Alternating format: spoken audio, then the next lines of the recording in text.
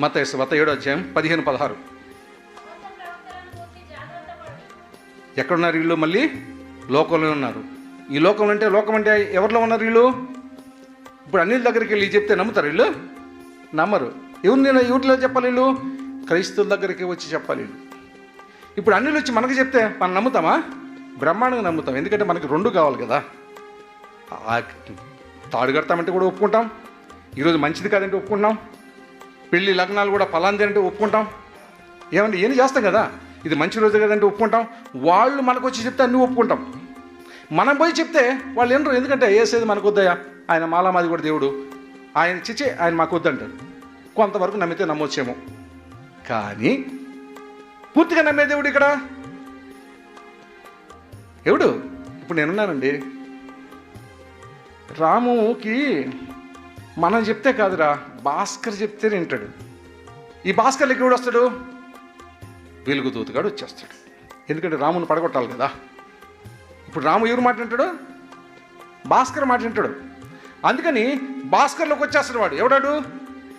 వెలుగుదూతగాడు. అప్పుడు రాము చెప్పాడు అనుకో, రాము ఏమనుకుంటాడు? వాక్యానుసారుడైతే ఓహో భాస్కర్లకి వెలుగుదూత ప్రవేశించినట్టు ఉందని చెప్పి జ్యోతితో మాట్లాడి కొద్దిగా డిస్కస్ చేసుకుంటాడు. లేదంటే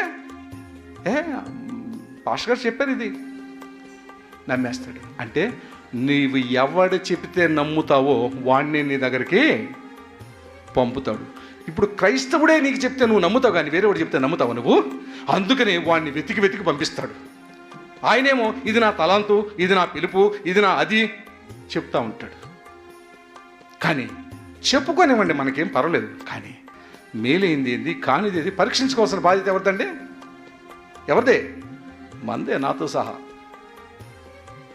ఏది మేలైన మార్గమో, మేలు కానిదేదో పరీక్షించుకోవాల్సిన బాధ్యత మీదేనండి. ఇప్పుడు ఈరోజు వాక్యం ఎంత కంటగా చెప్పబడుతున్నా కానీ దులుపుకొని వెళ్ళిపోతున్నారు.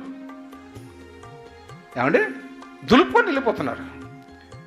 మళ్ళీ వచ్చేవారానికి అదే బ్రతుకు, మళ్ళీ పాప గంప పెరిగిపోతుంటుంది. బ్రతుకులు మార్చుకోమంటే వింటారా? ఎందుకంటే ఉపనే పినిహాసులు మాకు ఏమంటారు? మార్గదర్శకాలు. వారు మాకు ముందు చూపించేటువంటి మా పితరులు. వాళ్ళని వేసేసిన దేవుడు నిన్ను ఈక మానడం వేసేస్తాడు, గ్యారెంటీగా చెప్తున్నాను.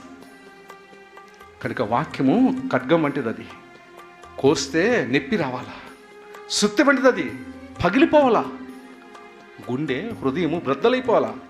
ఇది నా పాపమే కదా, ఇది నా శాపమే, ఇది నా బ్రతికే కదా. నీకు తెలియచేస్తే నా పని అయిపోయింది, అంతే. నువ్వు మారవా నా పని కాదు అది. వాక్యం నీకు వెళ్ళిందే, అంతే నా పని. నీకు సుత్తి వంటిగా నీ హృదయంలో చేర్చబడిందా, అదే నా పని, అయిపోయింది నా పని. అది తీసుకొని బాగుపరచుకోవడం ఎవరి పని? నీ పని అది. నువ్వు అలా చేయకపోతే ఉపనే ఫినిహాసులాగా ఉంటావు. దానికి ఏం టెన్షన్ ఏం లేదు. కాబట్టి ఈరోజు అనుకుంటున్నావేమో, అది రేపు కూడా ఉంటుంది. అందుకని లోకంలోనే ఉన్నారు వీరు. లోకంలో ఉన్నవారు అందరూ క్రీస్తు వారు కారు, అందరూ క్రైస్తవులు కారు. ఇది మాత్రం గమనించండి.